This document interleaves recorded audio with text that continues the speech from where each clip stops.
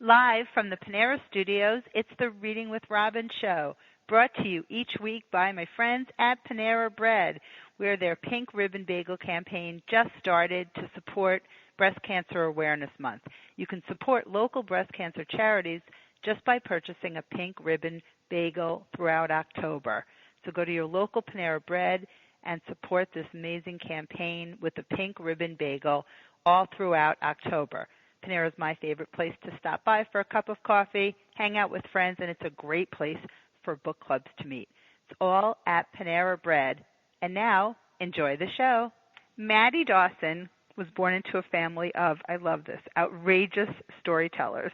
Her various careers as a substitute English teacher, department store clerk, medical records typist, a whole bunch of jobs. And I've known Maddie for a long time, and I did not know this, and a Taco Bell taco maker.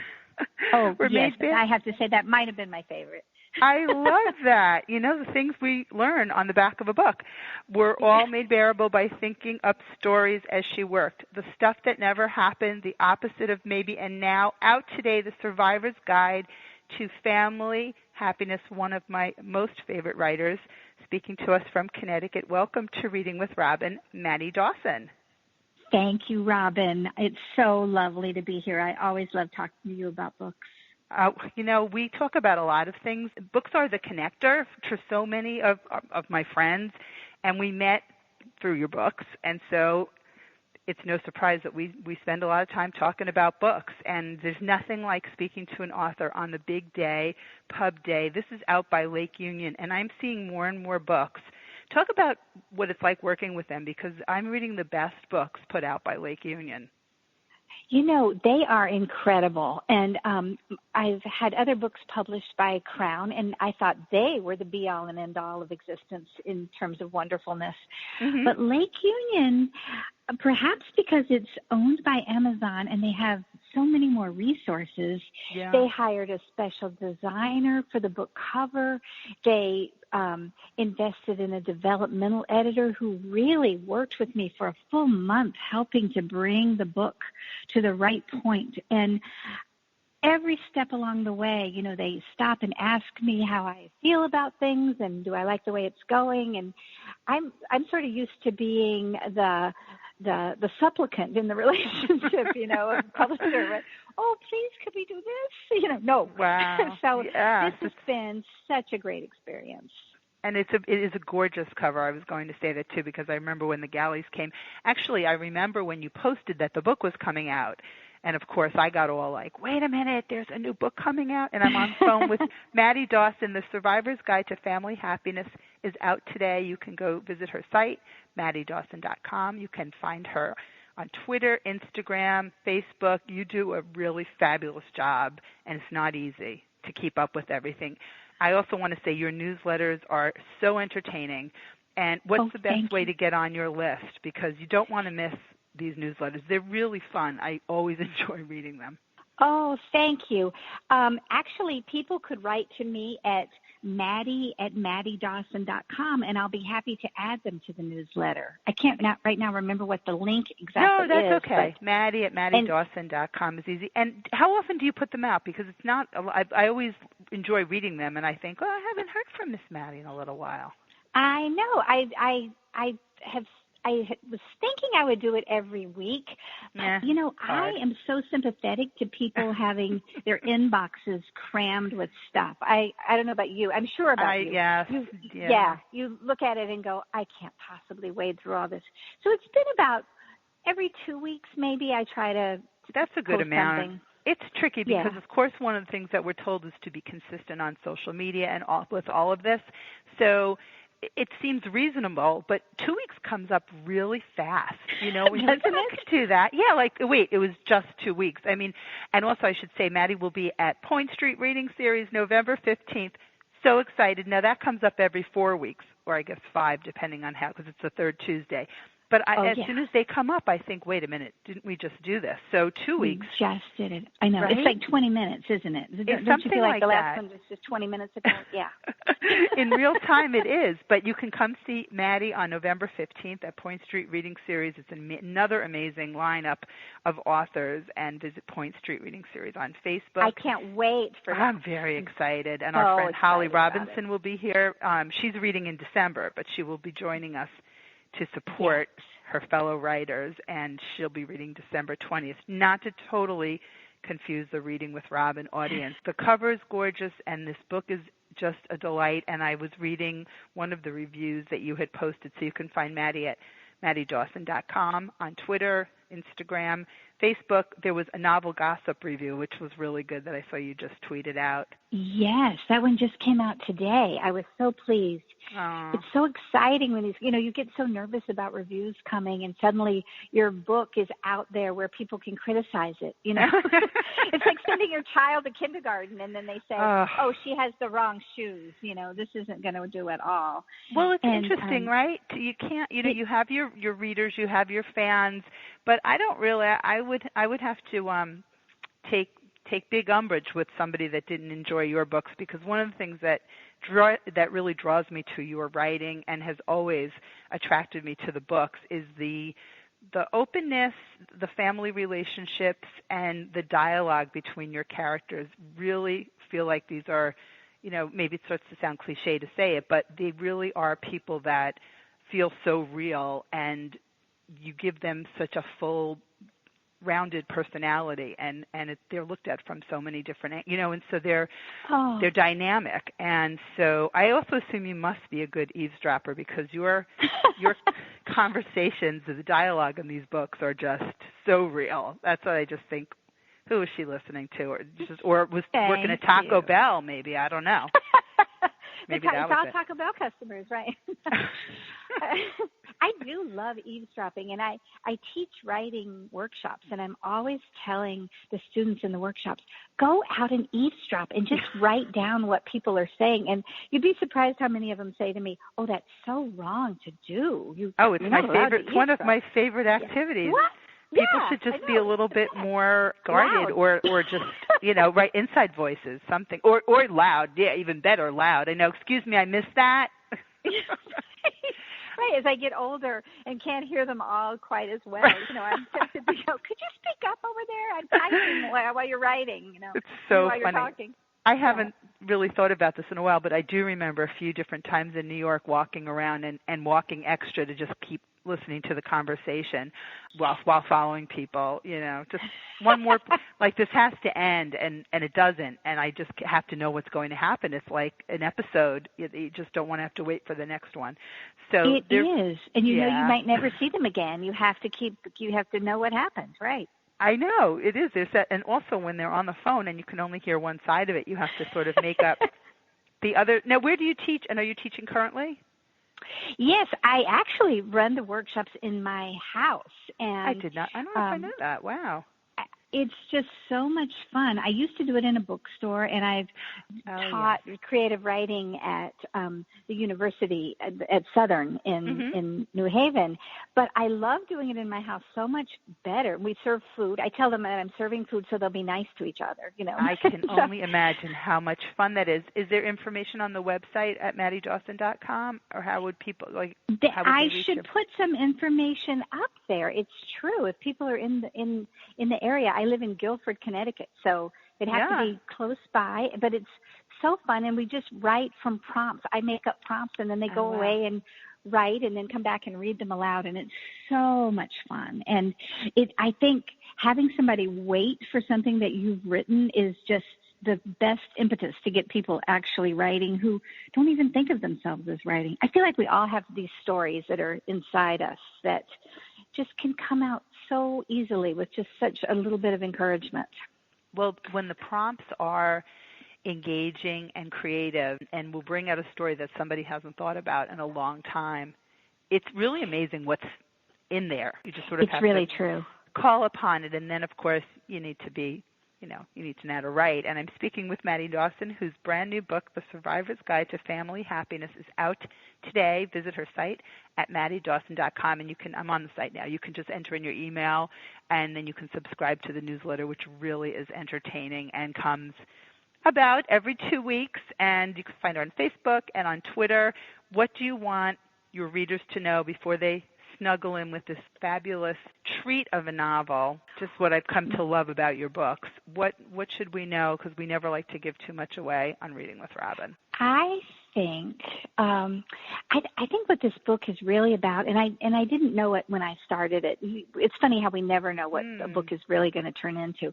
But I wanted to write about the fantasy that we have of family life and how great it's going to be. And the main character, Nina, was adopted as a baby, and she had a perfectly nice upbringing, 2 very lovely parents who raised her as an only child and sort of saw her kind of as a hothouse flower, some great gifts that had been bestowed upon them.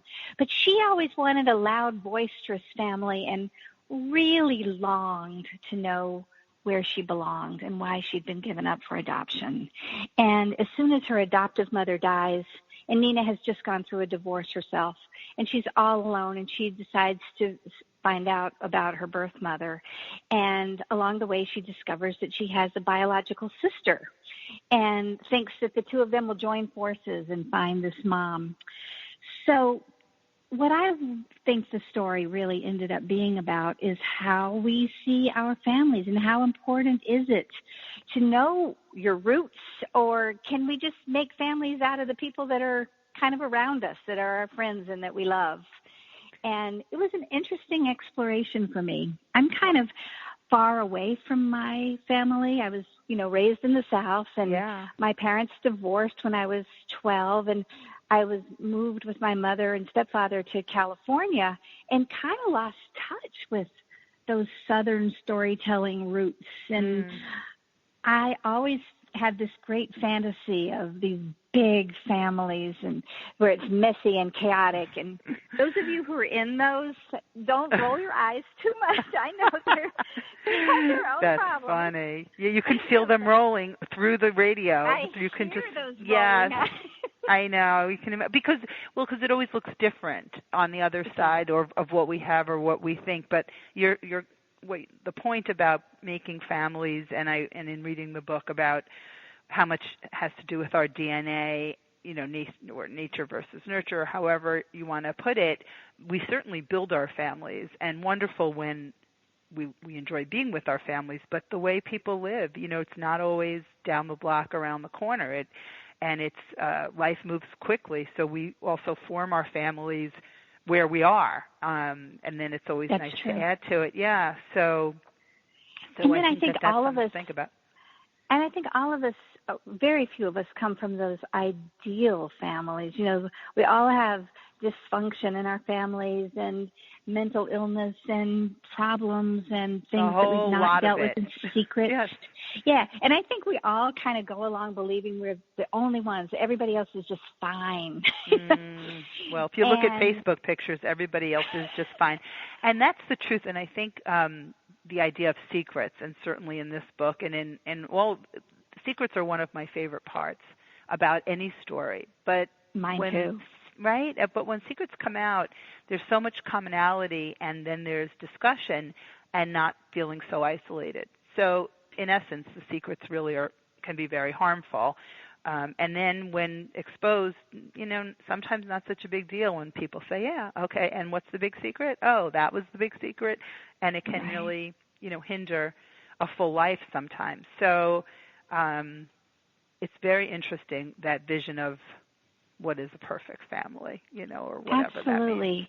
Yeah. Absolutely. And I interviewed adoptees before I started writing this book and was really struck at how that chain of events, and whether it's a secret or not, just resonates throughout their lives in such ways that they can't predict. And whether they want to know about their birth families or whether they don't, it's still something that affects them forever, that feeling of having been given up at some point and not knowing what the circumstances were. So many of them said to me, I just want to meet my birth mother and show her that she should have kept me, and it all breaks your heart, to think that their whole lives are sort of dedicated to proving they were really fine. Without knowing the circumstances under which they were. Yes. Given up lovingly, hopefully, whatever the circumstances were, and so and it unselfishly, it's such an unselfish act to give up a child and to not cling when you can't take care of that child. But for a child to think, I'll show them I was worth keeping. Certainly, that wasn't why, but I can understand that would be that voice inside saying that, or why, and just a natural curiosity, and depending on what else is going on in life, thinking, well, my life would have been this way, but this happened, or if I had been here, and if then. So it's a lot of turmoil, inner turmoil, and then also there are the triggers all the time, or things people are saying, some things in the news, it brings it up again. I can imagine. Did you speak to many, and how did you go about finding people to interview? I was working I was as a freelance writer, and I was assigned a story for Connecticut Magazine. Connecticut has one of the most restrictive laws in the country when it comes to adoption. They don't allow people to find out who their birth parents are. It's completely closed, unless you have an open adoption, that is, from the outset. But Connecticut feels that they need to protect these moms who they feel have been promised anonymity and don't want to have their lives ruined by a child showing up. So unless both parties want to find each other, neither one can find the other. So it's very, very tough. And those were the adoptees that I was interviewing, and many of them were in an organization that's trying to get that law changed. And each year it goes to the General Assembly, and each year it's voted down again. Still, wow. So I think eventually it'll change, but we're one of the few states that still clings to that. And I talked to moms who've given children up, and they said, we would love to talk to our children. So it's not a universal thing that moms want this protection. Maybe some do, but for others, it might be a welcome thing.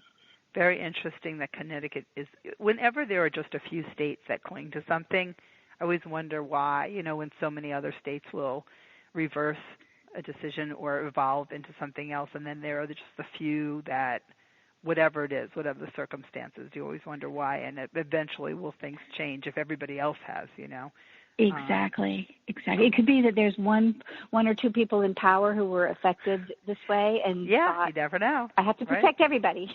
Exactly. You never know what the case is. And I would think also the way people seem to locate everybody these days by posting things or asking questions, I wonder that anything is really perfectly, kept it seems that it's so doable, or to find That's somebody. True. Really understanding why somebody is given up lovingly, like you say, and unselfishly. So you'll start to hear more and more about this because it's just out today, The Survivor's Guide to Family Happiness. And there are always pre-readers, and you can go to Goodreads, leave a review. What are some other helpful things that your readers can do? I think readers don't appreciate sometimes that they can do things to help their favorite authors.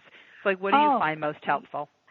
Well, it's wonderful if people, going to Goodreads is a terrific thing to do. Also, leaving reviews on Amazon means so much. And I know how paralyzing it can be. You think, oh, what do I say in my review? Do I have to do like a whole book report like I did in 5th grade? You don't. You just have to say, I loved this book. That's all you really have to do. Everybody can do this. Or if you're really shy and you don't want to compose something, you can go on and you can it has a little box underneath other people's comments, and you can say this was a helpful comment. Okay. And that helps the author too. It boosts the book in the search engines and in the algorithm, this mysterious algorithm. None of us know how it works. The algorithms, and apparently they continue to change. So just if you think you sort of know how they go, that's how they go at the moment. And I think that's one of the things I like the Reading with Robin listeners to know. And I'm on the phone with Maddie Dawson, The Survivor's Guide to Family Happiness, hits the shelves today. And it's one of the things I like to share with people, because sometimes I will be asked these questions. What can I do? What's helpful? What's not helpful? I can tell them what's not helpful, but what's helpful. Right. And I think, and you make a great point with saying, you don't have to write a whole paragraph. Don't stress over that. I think there's also a sense sometimes that the author will see this, and so it has to be written exactly, I've said to people, Perfectly. authors have editors. That's right. I said, if you want to see some, right? I said, if you want to see some of the emails I've received from authors that are unedited, I would never do that. Absolutely. No worries, authors. Your letters are safe with me. But I've said, just write it. Really, it's very much appreciated. And as you say, it does move things along in the search engine. And before I let you go, I must know, what are you reading now, or what's on deck for Maddie Dawson? Oh, my goodness. You know what I'm reading, and I cannot put it down, and I have a book due in January, so I do not have time to be reading. I didn't know that. Oh, yes. Another one's great. Oh, good. Another one. I know. Amazon, they work fast over there. I love it. You keep up with them. That's awesome. So what I'm reading is Caroline Leavitt's book, Cruel, Beautiful World, and I'm obsessed with it, and I just carry it around and read it while I'm stirring the pasta, and while I'm taking a bath, and before I fall asleep. And I know Cruel, it's going to break Beautiful my World heart. It's waterproof. Yeah, it will. It's just such a beautiful book. I'm so glad you picked one that I loved. Love that book. Yes, the writing is exquisite, isn't it? It just really is wonderful. It is such a treat of a novel. So, and she was here reading last week at Point Street Reading Series. So yeah, she's very special. She is brilliant. She is brilliant. So so I'm working on a book as well, and it's coming along. It's coming along well, but January is coming up. I believe January is in 40 minutes. Right, exactly. 20 minutes, 40 minutes. This is called the Maddie Dawson Reading with Robin time clock. So I understand what you're saying. I know it is kind of like that, but you're going to be here sooner than that, November 15th, Point Street Reading Series. People can visit Point Street Reading Series on Facebook, and you'll see the authors who are reading with Maddie listed right there. You can message me for reservations. And if you're listening and have friends and family in Rhode Island, Reading with Robin is for everyone, everywhere. However, locally, we do these wonderful events, the reading series. I also do other one-off events. As you know, Jane Green will be here tomorrow for her big cookbook. Yes, that's a wonderful cookbook. Isn't it beautiful? It is so beautiful. Very excited. The menu, everything's being prepared from that. But tickets are now sold out, so sorry, but we're going to be broadcasting live, so we'll be able to show people a little bit about what's going on. Yeah, I like to be able to do that. But we're looking forward to Point Street Reading Series in 20 minutes or on November 15th. Visit Maddie Dawson. Visit her on Facebook. Find her on Twitter. She'll get back to you. You do a really great job on that. And it's The Survivor's Guide to Family Happiness, out today by Lake Union Press. And thank you so much for your time. And thank you for your time, Robin. It's always fun to talk to you. Love it. And I will go stir the sauce, read the book, and I'll be in touch. All right. Thank you.